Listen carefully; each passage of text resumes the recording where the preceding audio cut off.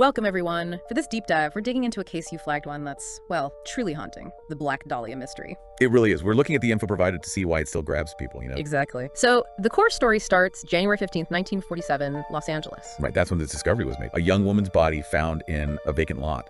And the details, they're horrific.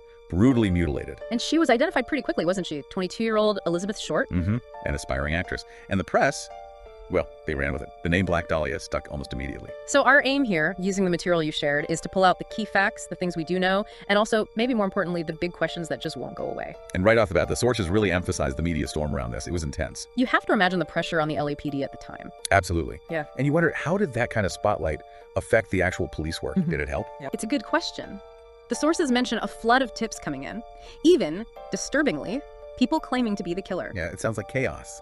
Imagine trying to sort through all that. And then there were those taunting letters sent to newspapers. That detail is particularly chilling. It really is. They apparently included some of her actual belongings, sent directly to the press. So what does that tell us about the killer? A desire for attention, maybe? Possibly. Or just to taunt the police, perhaps. It adds another layer of mystery. But the bottom line, as the sources make clear, despite all this attention, all the leads. Nothing definitive. Exactly. No confirmed killer. It became this landmark unsolved case for LA. And the theories. Wow. The sources touch on just how many have popped up over the years. Oh, endless. From jilted lovers, shadowy Hollywood figures, even people suggesting, someone with surgical skills might have been involved because of the nature of the mutilation. But it all comes back to that lack of hard proof, doesn't it? Precisely. The sources stress the lack of concrete forensic evidence. That's the real stumbling block. You have this incredibly brutal crime suggesting maybe intense rage, but without forensics. It's just speculation. And we have to remember, forensic tech in 47 wasn't what it is now. DNA wasn't a thing they could use. So that absence of evidence is even more significant. Yeah, absolutely. The information we looked at really frames this as a dark counterpoint to Hollywood's golden age. Right. You have this image of glamour, stars, big studios, and then this incredibly violent unsolved murder right in the middle of it. It's jarring. It makes you think about vulnerability, even amidst perceived fame or the pursuit of it. For sure.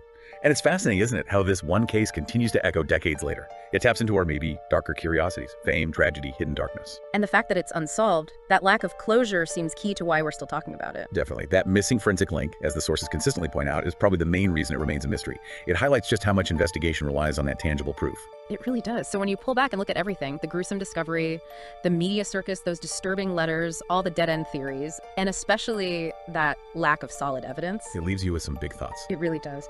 So thinking about the details we've discussed, the specifics of the crime, its cultural impact, what does this case really tell us about that intersection of, say, fame, danger, and maybe the hidden side of human nature back then? That's a heavy question. And maybe also, why do mysteries like this, the ones that never quite get solved, why do they keep such a powerful hold on our attention? Something for you to ponder.